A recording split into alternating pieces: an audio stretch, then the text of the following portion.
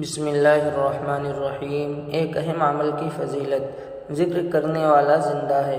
رسول اللہ صلی اللہ علیہ وسلم نے فرمایا، جو شخص اپنے رب کا ذکر کرے اور جو اللہ کا ذکر نہ کرے، اس کی مثال زندہ اور مردہ کی طرح ہے، یعنی ذکر کرنے والا زندہ اور ذکر نہ کرنے والا مردہ کی طرح ہے۔ ایک گناہ کے بارے میں ایمان والوں کو تکلیف دینا۔ رسول اللہ صلی اللہ علیہ وسلم نے فرمایا، جس شخص نے کسی مسلمان کو تکلیف دی، اس نے مجھے تکلیف پہنچائی، اور جس نے مجھے تکلیف پہنچائی، اس نے اللہ کو تکلیف پہنچائی۔ دنیا کے بارے میں استغنا انسان کو محبوب بنا دیتا ہے۔ ایک شخص نے رسول اللہ صلی اللہ علیہ وسلم سے عرض کیا، اے اللہ کے رسول صلی اللہ علیہ وسلم، مجھے کوئی ایسا عمل بتا دیجئے جس کو میں کروں تاکہ اللہ تعالیٰ اور لوگ مجھ سے محبت کرنے لگیں۔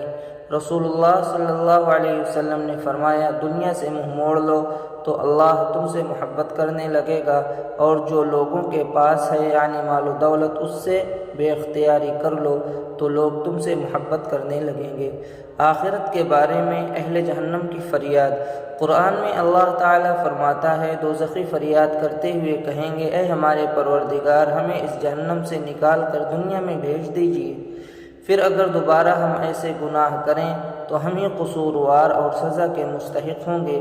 اللہ تعالیٰ فرمائے، اسی جہنم میں پھٹکارے ہوئے پڑے رہو اور مجھ سے بات مت کرو۔ نبی سے علاج، زکام کا علاج۔ رسول اللہ صلی اللہ علیہ وسلم نے فرمایا، تم لوگ مرزن جوش کو سونگھا کرو کیونکہ یہ زکام کے لیے مفید ہے۔ نوٹ: علامہ ابن قیم رحمۃ اللہ علیہ فرماتے ہیں کہ اس کی خوشبو زکام کی بندش کو کھول دیتی ہے۔ اس سے جمع ہوا نزلہ پتلا ہو کر بہہ جاتا ہے اور پھیپھڑوں پر جمع ہوا بلغم نکل جاتا ہے، نیز اس میں دوسرے بھی بہت سے فوائد ہیں۔ قرآن کی نصیحت۔ قرآن میں اللہ تعالیٰ فرماتا ہے، تم سب مل کر اللہ کی رسی کو مضبوط پکڑے رہو، یعنی قرآن کریم کے بتائے ہوئے طریقے اور ضابطے پر چلو، اور آپس میں نا اتفاقی مت کرو، یعنی اگر تم نا اتفاقی کی وجہ سے آپس میں بکھر گئے تو دشمن کے مقابلے میں تم ناکام ہو جاؤ گے اور تمہاری قوت و طاقت ختم ہو جائے گی۔